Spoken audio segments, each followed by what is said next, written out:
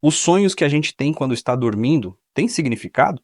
Eu sonhei que o meu amigo de infância, o Caio, estava andando em um trem junto com a esposa dele, a Thaís. Em certo momento, esse trem parava e não andava mais. E quando ele parava, de algum jeito no sonho, eu estava do lado de fora, próximo a esse trem.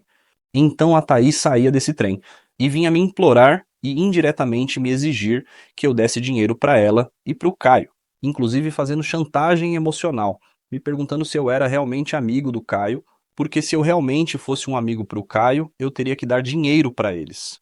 E o sonho terminou assim. O que significa esse sonho? O que significa o Caio andando de trem? O significado de uma coisa em um sonho é aquilo que mais chama a atenção em relação a essa coisa.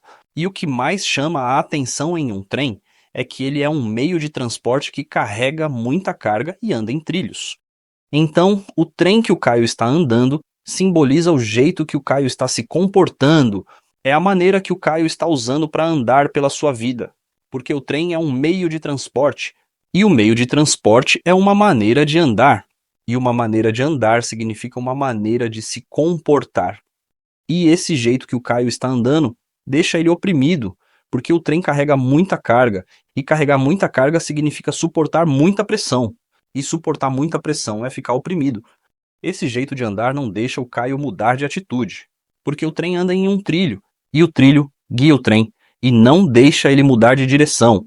E não poder mudar de direção significa não poder mudar de atitude. Então, o Caio continua andando e se comportando desse jeito que faz ele ficar oprimido e que não deixa ele parar de fazer o que está fazendo. Só que, em certo momento, esse jeito de se andar e de se comportar, que é simbolizado pelo trem no sonho, não vai mais deixar ele seguir em frente, porque no sonho o trem parava e não andava mais. E quando o Caio for obrigado a parar de seguir em frente, a esposa do Caio vai vir me implorar que eu dê importância para ela e para o Caio, porque no sonho a Thaís saía do trem e vinha me implorar que eu desse dinheiro para eles. E dinheiro significa valor e importância. Resumindo, o sonho significa que o Caio está se comportando de um jeito que faz ele ficar oprimido e que não deixa ele parar de fazer o que está fazendo. Só que em certo momento esse jeito de se comportar não vai mais permitir que o Caio continue seguindo em frente.